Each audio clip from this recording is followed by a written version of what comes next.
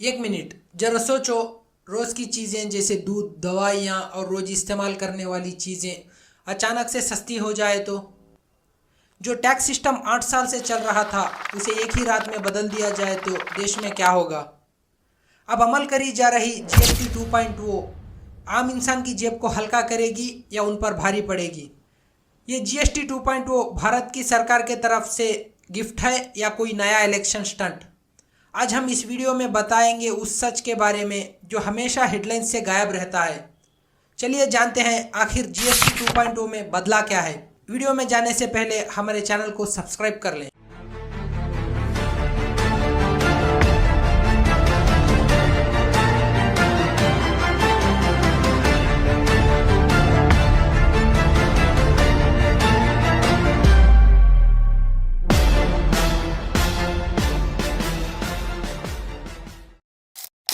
अस्सलामुअलैकुम दोस्तों, साल 2017 से पहले भारत में कई तरह के टैक्स थे, जैसे excise tax, value added tax, service tax. इस तरह हर स्टेट के अपने अपने अलग अलग सिस्टम थे। इस टैक्स सिस्टम को समझने में बहुत सारी कन्फ्यूजन थी, मगर 2017 जुलाई 1 को सेंट्रल गवर्नमेंट ने एक सिंगल टैक्स सिस्टम लॉन्च किया। उसका नाम रखा गया गुड्स एंड सर्विस टैक्स यानी जीएसटी। उस टाइम के फाइनेंस मिनिस्टर अरुण जेटली ने कहा था वन टैक्स वन नेशन, लेकिन वक्त के साथ साथ अलग अलग रेट्स बनने लगे, 18%, 12%, 5% और 28%। अब 8 साल बाद 2025 में एक नया वर्जन जीएसटी में लॉन्च किया गया और उसका नाम रखा जीएसटी 2.0। इस सिस्टम में डेली यूज होने वाले प्रोडक्ट्स, इंश्योरेंस स्कीम्स में जीएसटी हटाकर ब्रांडेड आइटम्स, लग्जरी आइटम्स में जीएसटी बढ़ा दिया गया है। ये बिल जीएसटी काउंसिल मीटिंग में सितंबर 3 को अप्रूव हुई और सितंबर 22 तारीख को पूरे भारत में इंप्लीमेंट होने वाली है। तो दोस्तों, अब समझते हैं आखिर जीएसटी 2.0 में बदला क्या है। जब जीएसटी शुरू हुआ था तो 4 रेट्स थे, 12%, 5%, 18% और 28%। लेकिन इस साल सरकार उसे हटा के सिर्फ 3 रेट्स बनाई है, 5%, 18% और 40%। अब सबके दिल में एक सवाल ऐसा उठता है, क्या जीएसटी 2.0 से आम इंसान को क्या फायदा होगा। रोज इस्तेमाल करने वाली चीजें जैसे दूध, दवाइयाँ और डेली लाइफ में इस्तेमाल होने वाली चीजें सब पर टैक्स फ्री करके या सिर्फ 5% का टैक्स लगेगा। इससे लोगों को अपने थोड़े बहुत पैसे बच सकते हैं। दूसरा है इंश्योरेंस, हेल्थ इंश्योरेंस और लाइफ इंश्योरेंस में पहले 18% तक टैक्स लगता था, लेकिन अब पूरा टैक्स फ्री कर दिया गया है। तीसरा है इलेक्ट्रॉनिक्स यानी हम हर रोज हमारे घर में यूज करने वाली चीजें जैसे फ्रिज, वॉशिंग मशीन, टीवी, ये सब चीजें पहले के मुकाबले में अब कम मिलने वाली है। पहले इन पर टैक्स लगता था 28%, लेकिन अब सरकार उसे कम करके सिर्फ 18% का टैक्स लगा रही है। चौथा, लग्जरी आइटम्स यानी इंपोर्टेड कार्स, डिजाइनर कपड़े, महंगी महंगी गाड़ियाँ, इन सब पर पहले टैक्स 28% का लगता था, लेकिन अब टैक्स थोड़ा ज़्यादा करके उन आइटम्स पर 40% का टैक्स लग रहा है। पहले के मुकाबले में अब देखें तो 12% तक उन चीज़ों पर टैक्स इंक्रीज कर दिया गया है। अगर हम प्रोडक्ट की सेक्टर के हिसाब से देखेंगे तो जीएसटी 2.0 का डेप्थ पता चलेगा। पहला है एफएमसीजी सेक्टर यानी फास्ट मूविंग कंज्यूमर गुड्स।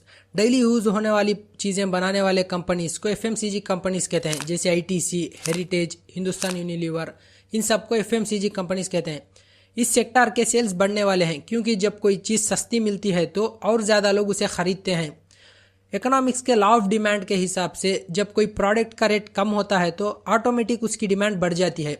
दूसरा है इंश्योरेंस सेक्टर में पहले 18% का जीएसटी लगता था हेल्थ इंश्योरेंस पे और लाइफ इंश्योरेंस पे, लेकिन अब पूरी तरह उसे हटा दिया गया है। अब पूरा टैक्स फ्री से इंश्योरेंस पे कर सकते हैं। तीसरा है हार्मफुल गुड्स यानी महंगी शराब, सिगरेट और टोबैको। इन सब चीज़ों को जो भी इंसान खरीदता है उसे और थोड़े पैसे देने पड़ेंगे। चौथा है ऑटोमोबाइल सेक्टर। छोटी कार्स और छोटी बाइक्स पर रेट्स कम किए गए हैं और लग्जरी कार्स और लग्जरी बाइक्स पर टैक्स बढ़ाया गया है। इस टैक्स को गवर्नमेंट इंजन साइज और कार की लेंथ के हिसाब से तय की गई है। पांचवा है टूरिज्म सेक्टर और होटल रूम्स के रेट्स कम किए गए हैं क्योंकि टूरिज्म सेक्टर ग्रोथ हो और middle class families, normal travellers को आसानी हो। भारत सरकार की तरफ से किए गए इस नए अपडेट में 3 तरह के लोग फायदे में है और 3 तरह के लोग नुकसान में है। पहले देखते हैं कौन फायदे में है। जो इंसान हर दिन रोज की चीजें खरीदता है। दूसरा वो जो छोटे छोटे बिजनेस छोटे छोटे धंधे करता है। तीसरा, इंश्योरेंस पॉलिसीज लेने वाला। और कौन नुकसान में है? जो लग्जरी आइटम्स ब्रांडेड आइटम्स खरीदने वाले, और दूसरे वो लोग जो टोबैको और शराब कंज्यूम करने वाले। तीसरे वो लोग इंश्योरेंस कंपनीज के पॉलिसीज लोगों तक बेचने वाले।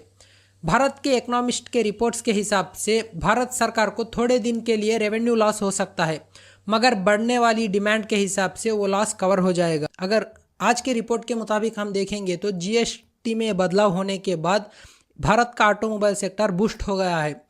इम्प्लीमेंट हुए 2 से 3 दिन में हुंडई मोटर्स ने 11,000 से ज़्यादा और टाटा मोटर्स ने 10,000 से ज़्यादा कार्स बेची है। अगर बात करेंगे मारुति सुजुकी तो पहले दिन ही 30,000 से ज़्यादा कार्स बेच दी है। ये सब देखकर ये लग रहा है कि जीएसटी 2.0 भारत की इकोनॉमी का गेम चेंजर बनने वाला है।